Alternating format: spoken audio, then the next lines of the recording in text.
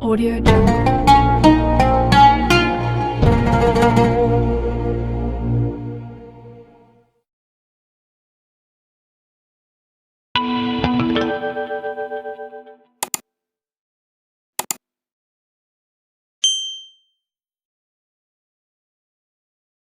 Assalamualaikum ya akhi ya ukhti. Assalamualaikum ya akhi ya ukhti.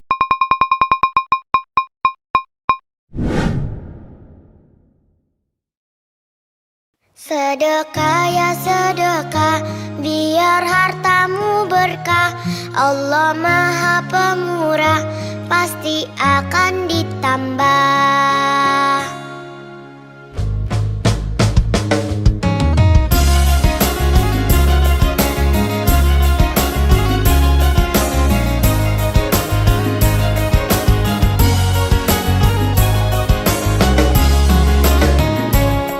Allah Maha Kaya, Allah Maha Segalanya.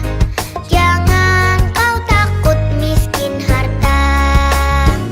Indahnya saling berbagi, indahnya saling memberi.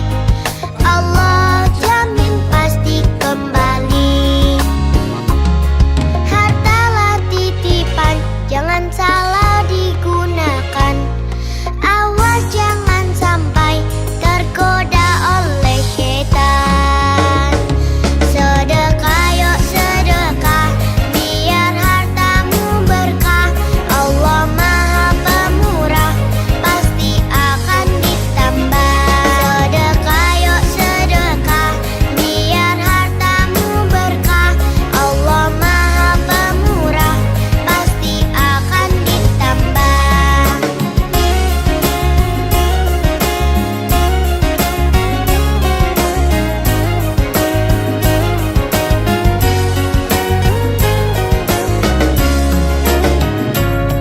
Hartalah titipan, jangan salah digunakan. Awas jangan sampai tergoda oleh syaitan. Sedekah yuk sedekah, biar hartamu berkah. Allah Maha Pemurah, pasti akan ditambah. Sedekah yuk sedekah, biar hartamu berkah. Allah Maha Pemurah, pasti akan ditambah. Sedekah yuk sedekah, biar hartamu berkah. Allah Maha Pemurah, pasti akan ditambah. Sedekah yuk sedekah, biar hartamu berkah. Allah Maha Pemurah, pasti akan ditambah.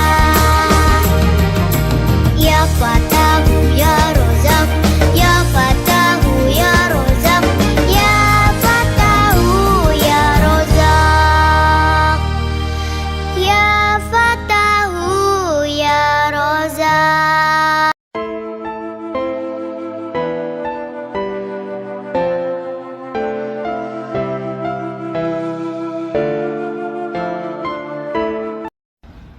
Allahu Akbar, Allahu Akbar. Ashhadu an la ilaha illallah. Ashhadu anna Muhammadan Rasulullah. Hayya 'alas salati, hayya 'alal falah. Qad qamatis salatu, qad قامت الصلاة. الله أكبر الله أكبر. لا إله إلا الله. Ayo sholat, lelaki muslim pasti sholat Jumat.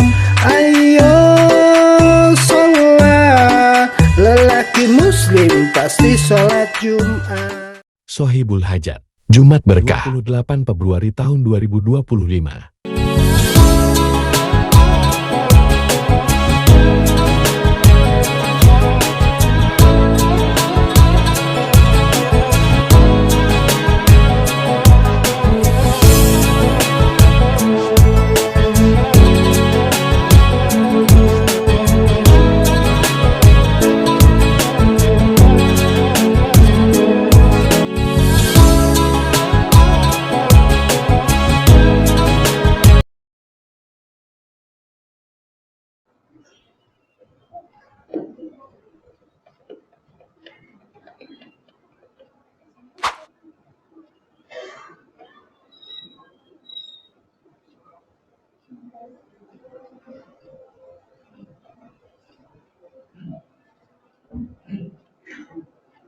Assalamualaikum warahmatullahi wabarakatuh.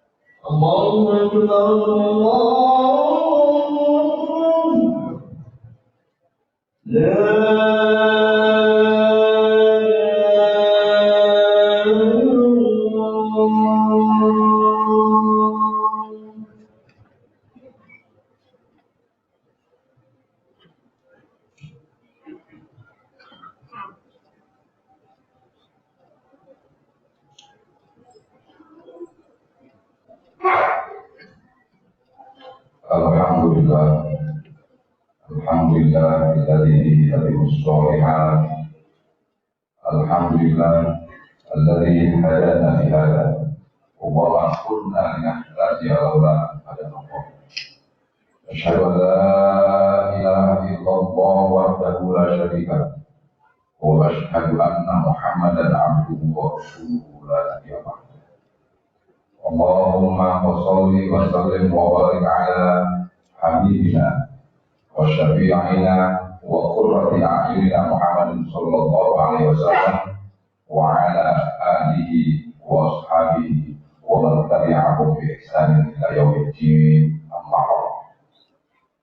Ya ayyuhal hadirun, usikum wa iyaya nafsi bi taqwallah faqad fazal muttaqun. Kama qala Allah ta'ala fil Qur'anil Karim, a'udzu billahi minasy syaithanir rajim. Bismillahirrahmanirrahim. Ya ayyuhalladzina amanu taqullaha haqqa tuqatih wa la tamutunna illa wa antum muslimun. Surah Al-Baqarah. Ma'asyiral muslimin, sidang Jumat yang dimuliakan oleh Allah. Pada kesempatan yang berbahagia ini, mari bersama-sama kita panjatkan rasa syukur kehadirat Allah Subhanahu wa Ta'ala atas limpahan rahmat, nikmat serta hidayahnya, sehingga kita masih diberi kesempatan, diberi kemampuan, diberi kekuatan oleh Allah Subhanahu wa Ta'ala untuk dapat melaksanakan kewajiban kita sebagai seorang muslim, yaitu melaksanakan sholat Jumat pada siang hari. Selanjutnya, khotib menasehati diri khotib sendiri pada khususnya dan jemaah sekalian pada umumnya untuk selalu senantiasa meningkatkan ketakwaan, rasa takwa yang sebenar-benarnya takwa kepada Allah Subhanahu wa Ta'ala dalam arti definisi secara bahasa Arabnya yaitu imtisalu awamiri, melaksanakan apa yang diperintahkan oleh Allah, wajibinahu nawahi, dan meninggalkan atau menjauhi apa-apa yang dilarang oleh Allah Subhanahu wa Ta'ala. Pada kesempatan yang berbahagia ini menjelang bulan Ramadan, marilah kita bersama-sama belajar, marilah bersama-sama kita memahami apa arti daripada Ramadan itu sendiri. Ramadan berasal dari kata-kata bahasa Arab. Aslul kalimat kalimati Ramadan yang matu, yang artinya membakar. Sebuah contoh, Ramadan Syamsu, sinar matahari yang sangat terik membakar seluruh apa yang disinari. Dan bulan Ramadan biasanya terjadi di Timur Tengah. Itu panasnya sangat menyengat, panasnya sangat terik. Kemudian ada tambahan di akhir kata-kata Ramadan, alif dan nun, menjadi dari Ramadan menjadi Ramadan. Ini malah lebih dahsyat lagi, lebih hebat lagi. Daya bakarnya tidak hanya membakar, tapi menghanguskan. Dan sisa daripada hangusan itu pun hilang. Itu wasalu min fadlikum wal dzikrullah akbar.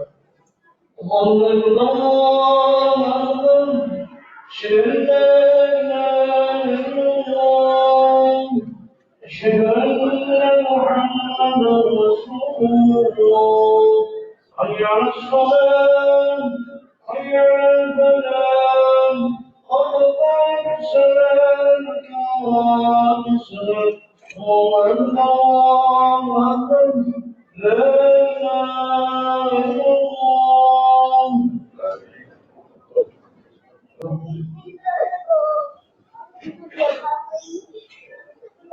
Sami Allahu liman hamidah. Allahu akbar.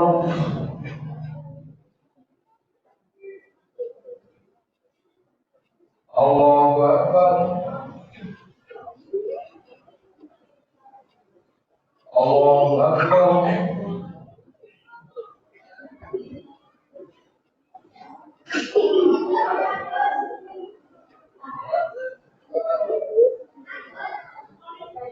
Allahu akbar.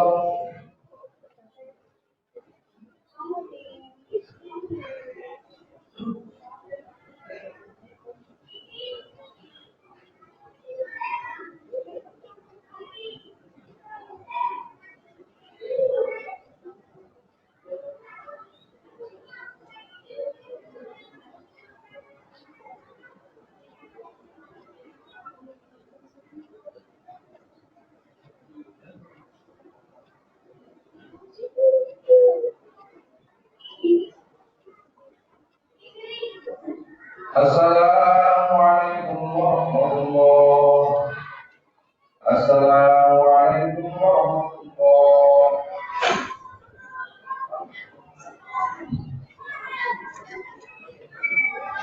Rindu kami padamu ya Rasul, rindu tiada terberi.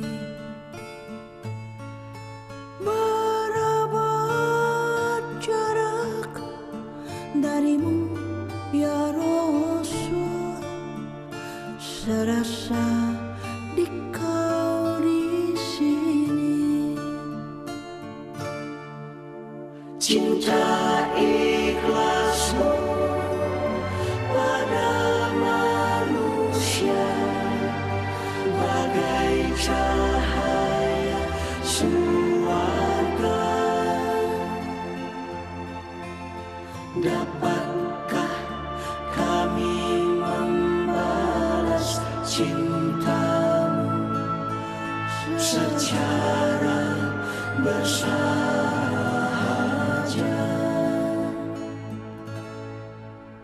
Rindu kami padamu ya Rasul, rindu tiada terperi. Berabad jarak darimu. Video pembelajaran. Meminjamkan uang kepada teman atau keluarga seringkali dianggap sebagai bentuk kebaikan, terutama ketika seseorang yang kita cintai sedang dalam kesulitan.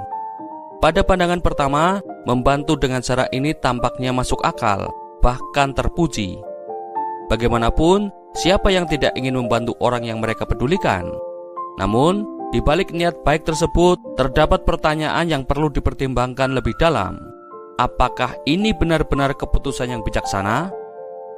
Pengalaman menunjukkan bahwa kebaikan yang didasari oleh uang seringkali membawa konsekuensi yang tidak terduga, terutama jika tidak dikelola dengan hati-hati.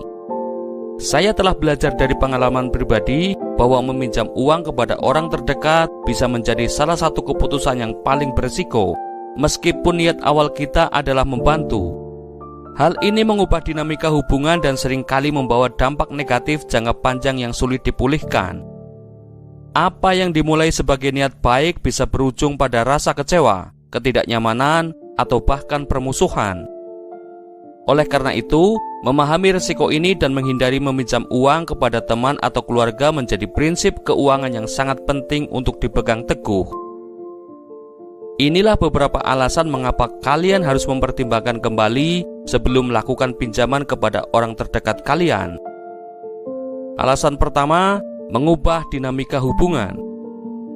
Setiap kali kalian meminjamkan uang kepada teman atau keluarga, dinamika hubungan kalian akan berubah. Tidak peduli seberapa santai atau tidak terikat kalian berusaha bersikap, pinjaman menciptakan keterikatan emosional dan finansial yang dapat merusak hubungan. Ketika seseorang gagal membayar tepat waktu atau tidak membayar sama sekali, perasaan kecewa, marah, atau canggung akan muncul. Alhasil, hubungan yang tadinya harmonis bisa menjadi tegang hanya karena uang. Alasan kedua adalah memberi lebih baik daripada meminjamkan. Jika kalian ingin membantu seseorang yang benar-benar membutuhkan, pertimbangkan untuk memberikan uang sebagai pemberian, bukan sebagai pinjaman. Dengan cara ini, kalian tidak memiliki harapan untuk mendapatkan uang itu kembali, dan kalian tidak akan terjebak dalam dinamika yang rumit. Kalian bisa memberikan dengan ikhlas, dan orang yang menerima tidak perlu merasa terbebani dengan kewajiban membayar kembali. Bantuan sejati datang tanpa pamrih, dan memberi dengan tulus jauh lebih berharga daripada meminjamkan uang yang berpotensi memicu konflik. Alasan ketiga adalah resiko ketergantungan finansial. Salah satu hal yang sering kali terjadi ketika kalian meminjamkan uang adalah orang yang meminjam bisa menjadi bergantung pada kalian. Mereka mungkin merasa kalian selalu ada sebagai solusi setiap kali mereka kesulitan keuangan, yang membuat mereka tidak belajar bagaimana mengelola uang dengan bijaksana. Alih-alih mengatasi masalah mereka sendiri, mereka akan terus datang kepada kalian untuk meminta bantuan. Ini bukan hanya membebani kalian secara finansial, tetapi juga menghalangi mereka untuk berkembang dan belajar mandiri. Alasan keempat adalah, apakah ada motif tersembunyi? Sebelum memutuskan untuk meminjam uang, tanyakan pada diri kalian sendiri, apakah kalian melakukannya karena kalian merasa bersalah, ingin disukai, atau takut orang tersebut akan marah jika kalian menolak. Banyak orang meminjamkan uang karena mereka tidak ingin mengecewakan orang lain atau merasa memiliki tanggung jawab moral untuk membantu. Namun, seringkali motif ini hanya memperkuat ketergantungan dan tidak membantu orang lain untuk belajar bertanggung jawab secara finansial. Kalian mungkin merasa menjadi pahlawan, tetapi sebenarnya kalian malah akan semakin memperburuk situasi. Alasan kelima adalah uang bisa merusak harga diri. Hubungan dengan uang seringkali terkait dengan harga diri seseorang. ketika kalian terus-menerus meminjamkan uang, kalian mungkin akan merasa bahwa kalian adalah orang yang lebih baik karena memiliki kemampuan untuk membantu. Namun, hal ini bisa menciptakan rasa superioritas yang tidak sehat, dan di sisi lain, orang yang meminjam uang bisa merasa rendah diri. Lebih baik membantu dengan cara lain, seperti memberikan pengetahuan tentang cara mengelola keuangan daripada menciptakan hubungan dengan ketergantungan yang tidak sehat. Alasan keenam adalah mengajarkan keterampilan keuangan lebih bermanfaat daripada memberikan uang. Ajari mereka cara mengelola keuangan dengan baik, berikan mereka buku tentang literasi keuangan, rekomendasikan video atau blog yang bisa membantu mereka belajar cara mengatur uang. Jika kalian ingin benar-benar membantu, duduklah bersama mereka dan bantu mereka melihat bagaimana mereka mengelola keuangan mereka selama ini. Dengan memberikan keterampilan, kalian memberikan mereka alat untuk sukses di masa depan, bukan solusi jangka pendek yang hanya menunda masalah. Kesimpulannya, meminjam uang kepada teman atau keluarga seringkali berujung pada masalah yang lebih besar daripada kebaikannya.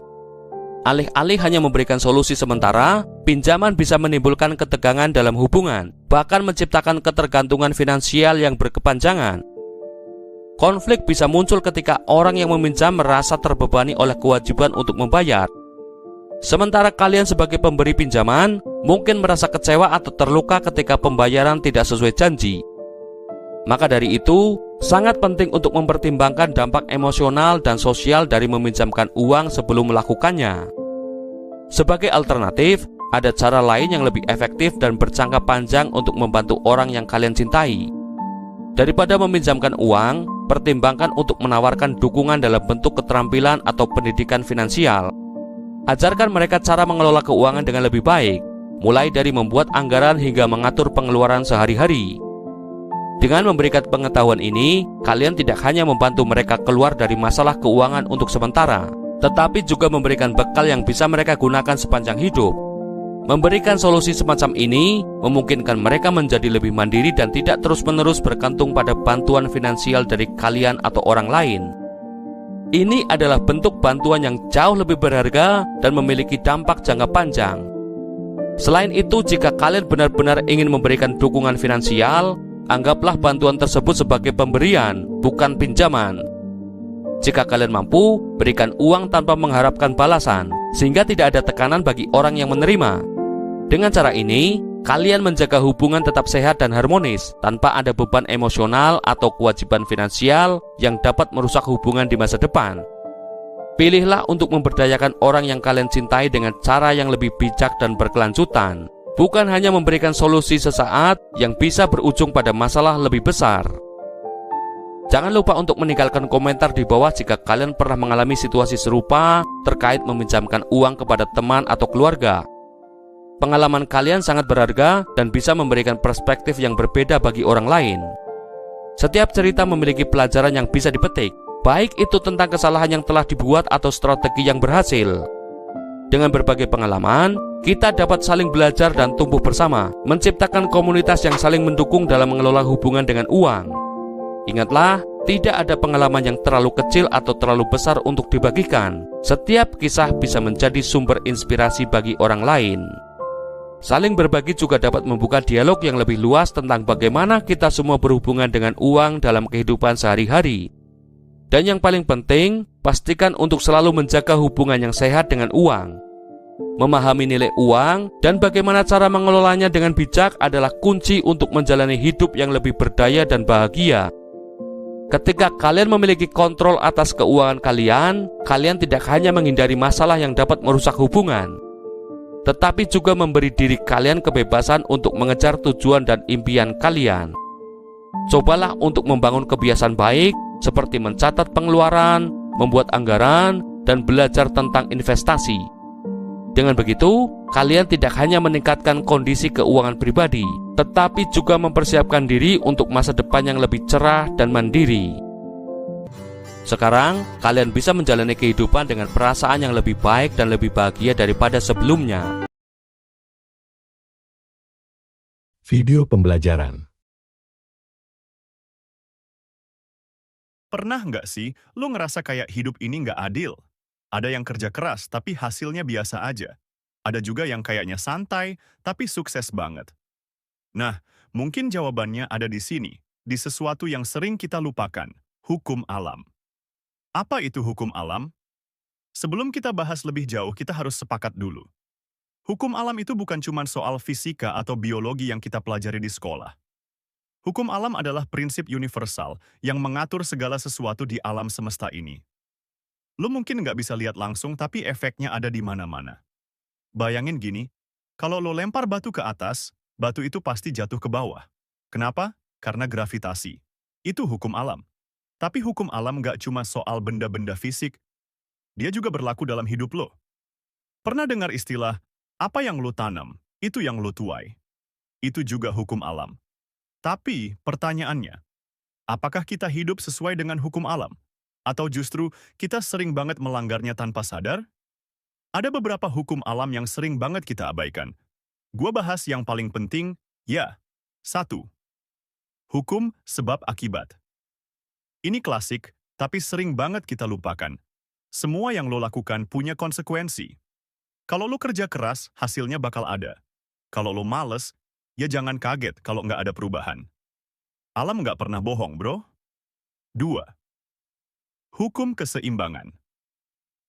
Alam semesta ini selalu mencari keseimbangan. Kalau lo terlalu fokus sama satu hal, pasti ada bagian lain dari hidup lo yang terabaikan.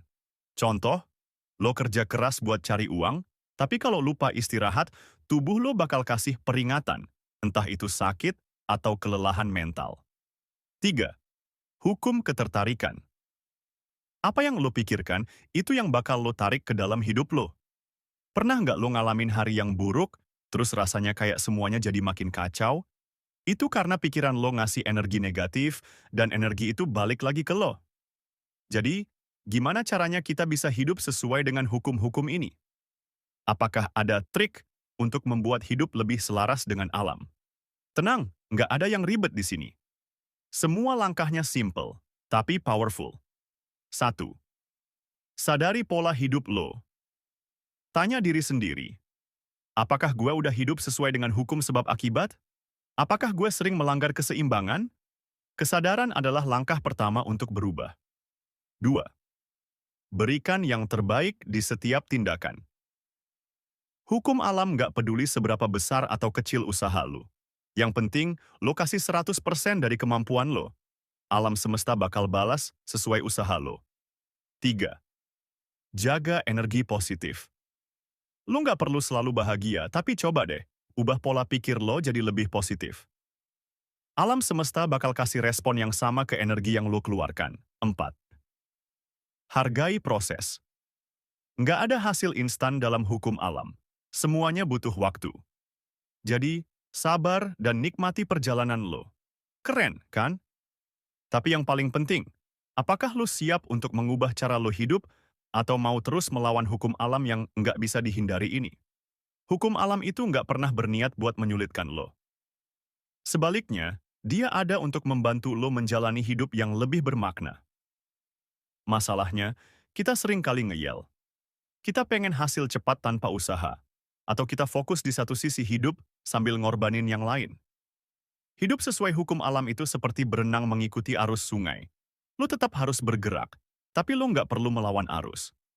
Dan ketika lo selaras dengan hukum ini, lo bakal ngerasain kedamaian yang sejati.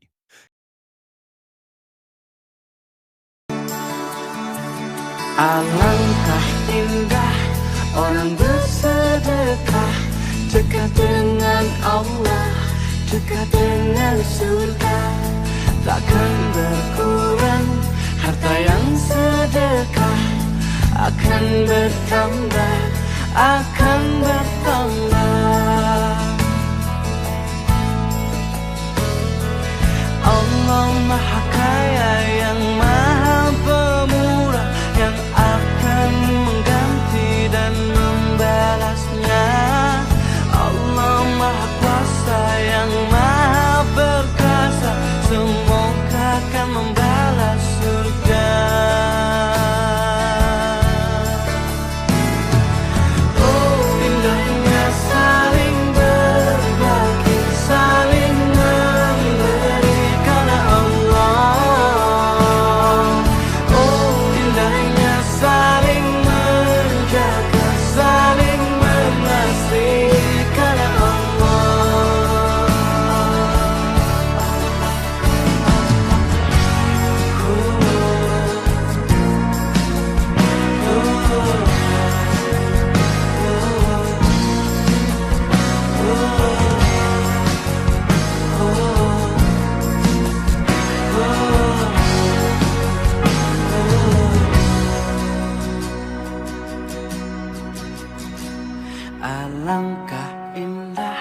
Orang bersedekah dekat dengan Allah, dekat dengan surga. Takkan berkurang harta yang sedekah, akan bertambah, akan bertambah. Oh, indahnya saling berbagi, saling memberi karena Allah. Oh, indahnya saling menjaga, saling mengasihi karena Allah.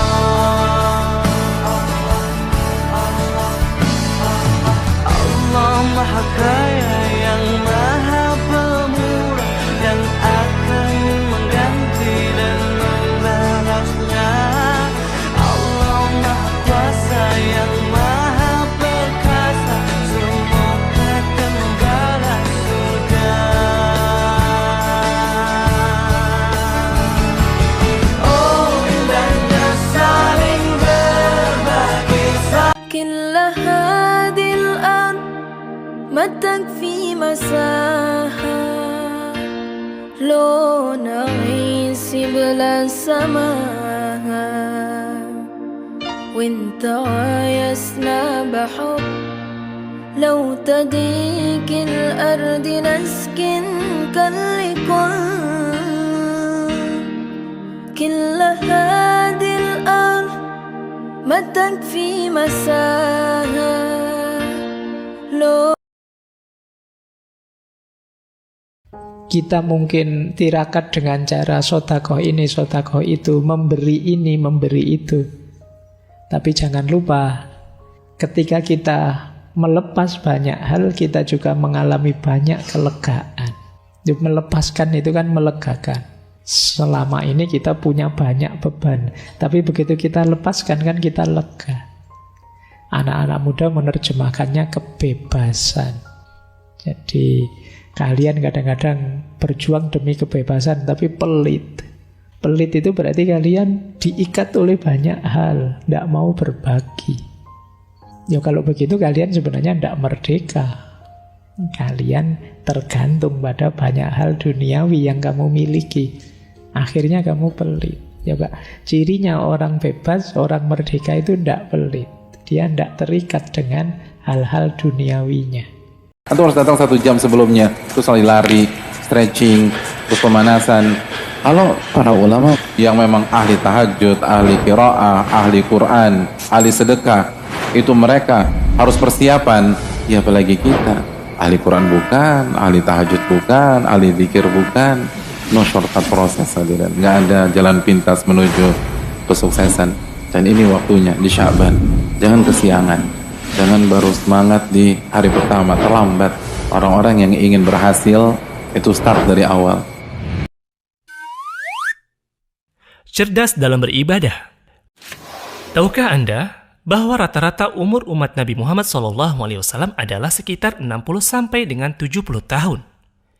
Jika dibandingkan dengan rata-rata umur umat terdahulu yang mencapai ratusan tahun, maka kesempatan kita untuk beramal bisa dikatakan lebih sempit dibandingkan umat terdahulu. Tapi, tahukah Anda bahwasanya umat Nabi Muhammad SAW telah Allah muliakan dengan disyariatkannya amalan-amalan yang mudah, namun bernilai pahala yang sangat besar, sehingga seakan-akan memiliki umur ratusan bahkan ribuan tahun untuk beribadah. Berikut adalah 8 amalan istimewa tersebut.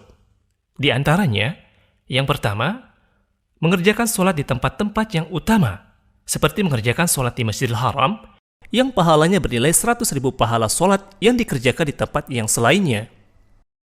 Contohnya, jika Anda mengerjakan sholat fardu selama 55 tahun, maka berarti Anda mendapat pahala sholat fardu sebanyak 99.000. Kemudian, bandingkan jikalau Anda mengerjakan satu sholat fardu di Masjidil Haram, maka Anda mendapatkan pahala sholat fardu sebanyak 100.000. Atau lebih banyak nilai pahalanya dibanding sholat fardu selama 55 tahun. Dan yang bernilai dekat dengan itu adalah sholat di Masjid Nabawi yang bernilai setara dengan sholat 1000 kali di masjid yang selainnya, kecuali Masjidil Haram. Namun, hal ini bukan berarti kita boleh meninggalkan sholat karena merasa telah mendapatkan banyak pahala sholat di Masjidil Haram atau di Masjid Nabawi. Jadilah cerdas dalam beribadah. Yang kedua adalah sholat secara berjamaah, yang nilainya lebih utama dibandingkan sholat sendirian sebanyak 27 derajat. Contohnya, jika Anda sholat secara berjamaah di masjid selama setahun penuh, maka itu lebih utama dibandingkan Anda sholat sendirian selama 27 tahun. Yang ketiga, menjaga adab ketika Anda hendak melaksanakan sholat Jumat. Nabi SAW bersabda, barang siapa yang mandi pada hari Jumat dengan mencuci kepala dan anggota badan lainnya, lalu ia pergi di awal waktu atau ia pergi dan mendapati khutbah pertama, lalu ia mendekat pada imam, mendengar khutbah, serta diam, maka setiap langkah kakinya terhitung seperti puasa dan sholat setahun. Contohnya, jika perjalanan sholat Jumat Anda dari rumah menuju masjid adalah 100 langkah, maka Anda mendapatkan pahala mengerjakan puasa dan sholat selama 100 tahun. Jadilah cerdas dalam beribadah. Yang keempat, mengerjakan puasa pada hari-hari tertentu, seperti mengerjakan puasa pada 6 hari di bulan Syawal, setelah melaksanakan puasa di bulan Ramadan, maka dia mendapatkan pahala puasa setahun penuh. Atau mengerjakan puasa 3 hari di bulan Hijriah pada setiap bulannya, maka dia mendapatkan pahala puasa setahun penuh. Yang kelima, melaksanakan ibadah pada malam Lailatul Qadar, yang mana melaksanakan ibadah pada malam itu lebih baik dari melaksanakan ibadah selama 83 tahun yang tidak ada Lailatul Qadar di dalamnya. Yang keenam, membaca surat Al-Ikhlas yang nilainya setara dengan sepertiga Al-Quran. Jika kita menghitung secara mudah bahwa total huruf di Al-Quran dibagi 3 lalu dikali 10, maka setara dengan 1 juta lebih pahala. Dan jika kita membaca surat Al-Ikhlas 3 kali, maka kita mendapatkan 3 juta lebih pahala. Maka perbanyaklah membacanya pada saat di perjalanan, pada saat macet, atau ketika sedang menunggu sesuatu, atau ketika sedang mengerjakan pekerjaan rumah. Semuanya itu dapat dilaksanakan dalam 10 detik saja. Jadilah cerdas dalam beribadah. Yang ketujuh, membantu menyelesaikan hajat saudara muslim, baik yang bersifat moral maupun material. Nabi SAW bersabda, sungguh jikalau aku berjalan dengan saudaraku muslim untuk menyelesaikan hajatnya, maka itu lebih aku cintai daripada iktikaf 1 bulan penuh di masjidku ini, yakni Masjid Nabawi. Yang kedelapan, jihad yang hak di jalan Allah. Nabi SAW bersabda, berdirinya seseorang pada shaf barisan jihad di jalan Allah lebih utama dibandingkan ibadah 60 tahun. Saudaraku yang Allah muliakan, ini tips besar bagi kita. Makanya kata para ulama, di antaranya Al-Imam Muhammad bin Shalih Al-Utsaimin, maka seseorang akan dikumpulkan dengan pihak-pihak yang ia cintai walaupun amalannya tidak seperti mereka. Ilmunya jauh di bawah, hafalannya jauh di bawah, kekuatan sholat dan baca Qur'annya jauh di bawah. Tapi kalau benar-benar cinta, ini kejujuran, ini hati yang main. Kita cinta dengan orang soleh. Sejarah diperintahkannya puasa.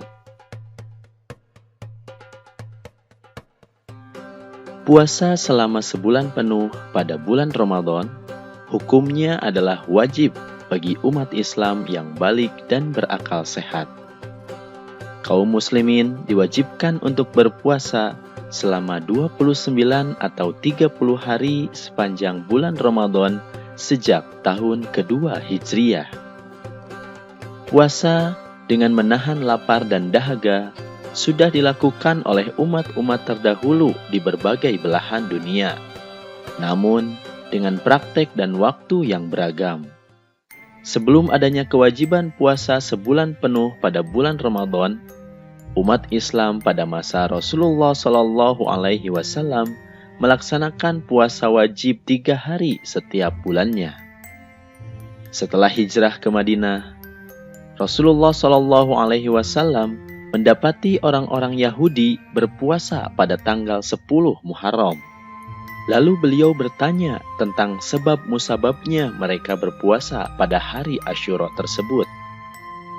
Orang-orang Yahudi itu menyatakan bahwa pada hari tersebut Allah Subhanahu wa Ta'ala telah menyelamatkan Nabi Musa alaihi salam dan kaumnya dari serangan Fir'aun. Oleh karena itu, Nabi Musa alaihi salam melaksanakan saum pada tanggal 10 Muharram sebagai tanda syukur kepada Allah Subhanahu wa taala. Rasulullah Shallallahu alaihi wasallam mengulas keterangan mereka itu dengan menyatakan, sesungguhnya kami atau umat Islam adalah lebih berhak atas Nabi Musa dibanding kalian. Lalu beliau melaksanakan puasa pada tanggal 10 Muharram dan memerintahkan seluruh umat Islam supaya berpuasa pada tanggal tersebut. Setelah itu, pada bulan Sya'ban tahun kedua setelah Rasul hijrah, perintah berpuasa pada bulan Ramadan pun turun, sebagaimana yang tercantum pada Quran Surat Al-Baqarah ayat 183. Bismillahirrahmanirrahim. Hai orang-orang yang beriman, diwajibkan atas kamu berpuasa, sebagaimana diwajibkan atas orang-orang sebelum kamu, agar kamu bertakwa. Quran Surat Al-Baqarah ayat 183. Setelah turunnya ayat tersebut, Rasulullah Shallallahu alaihi wasallam membebaskan umat Islam untuk melaksanakan puasa Asyura. Rasulullah Shallallahu alaihi wasallam bersabda, barang siapa yang ingin berpuasa Asyura, maka hendaklah ia berpuasa. Sedangkan siapa yang tidak ingin berpuasa, maka puasa hari Asyura itu dapat ditinggalkan. Itulah sejarah diperintahkannya puasa. Ada beberapa hikmah atau pelajaran yang dapat kita ambil dari kisah tersebut. Pertama, kita harus menghormati dan menghargai nabi-nabi terdahulu.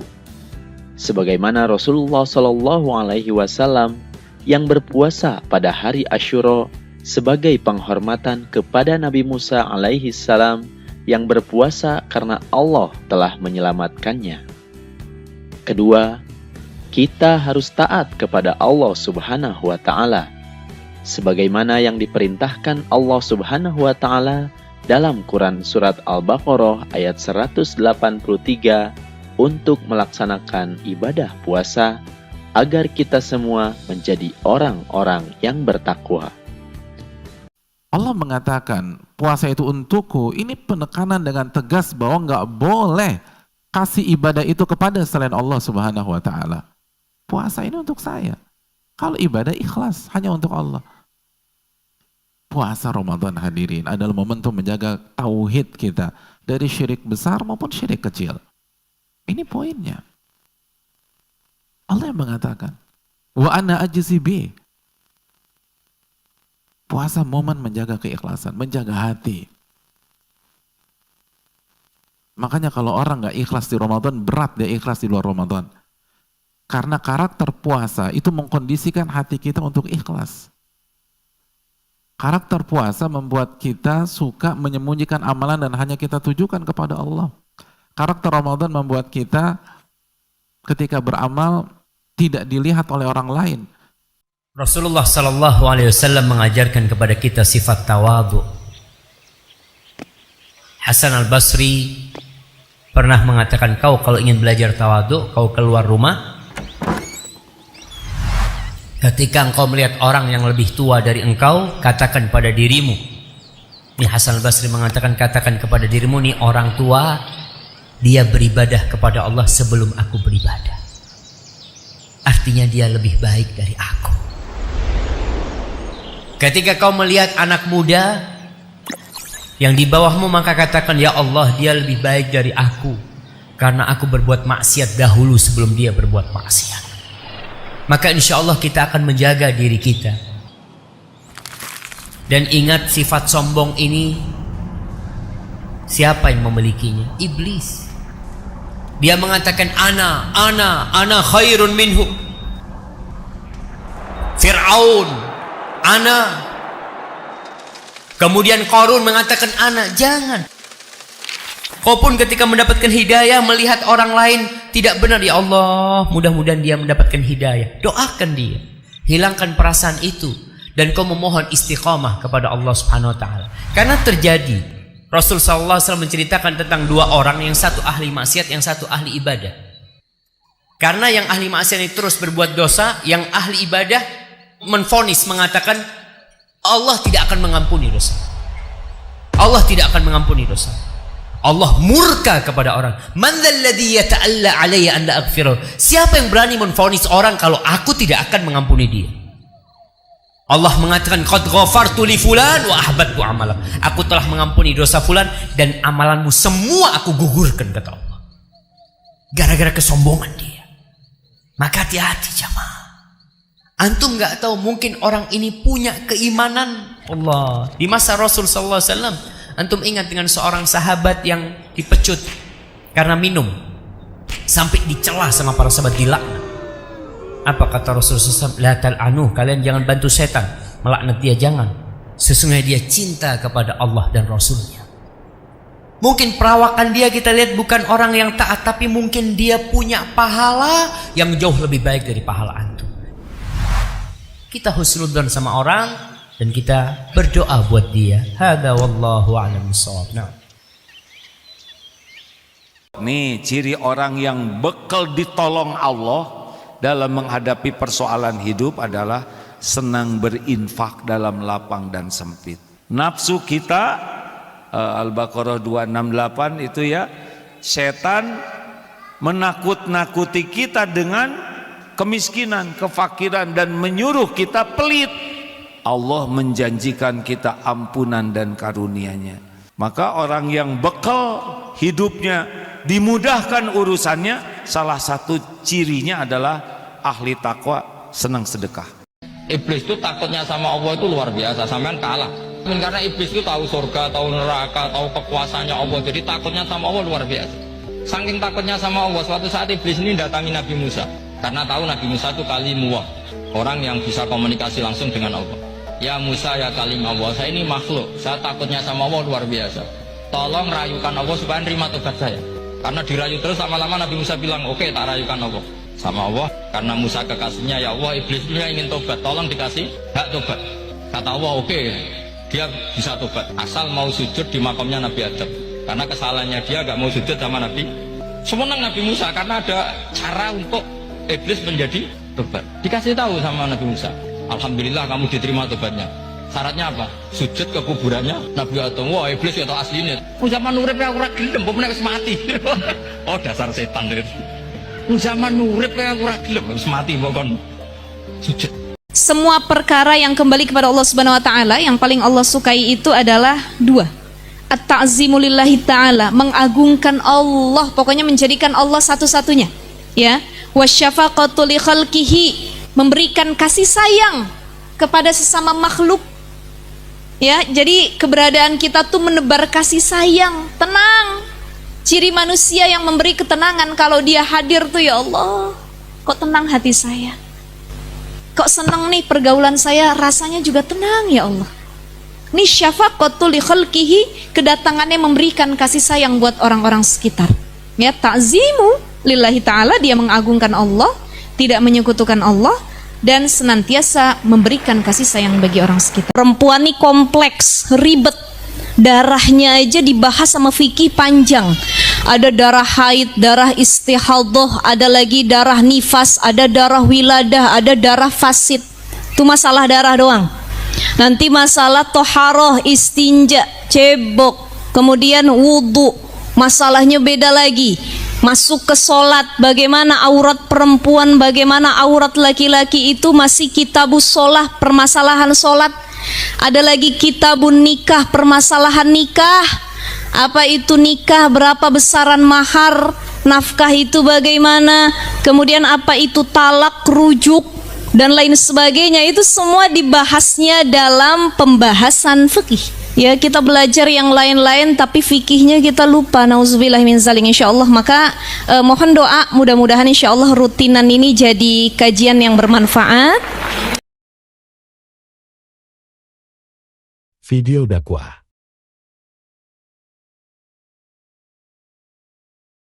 Kita semakin mendekati Ramadan, hendaknya kita semua segera melakukan langkah-langkah percepatan untuk mempersiapkan diri dan jiwa memasuki bulan yang mulia ini.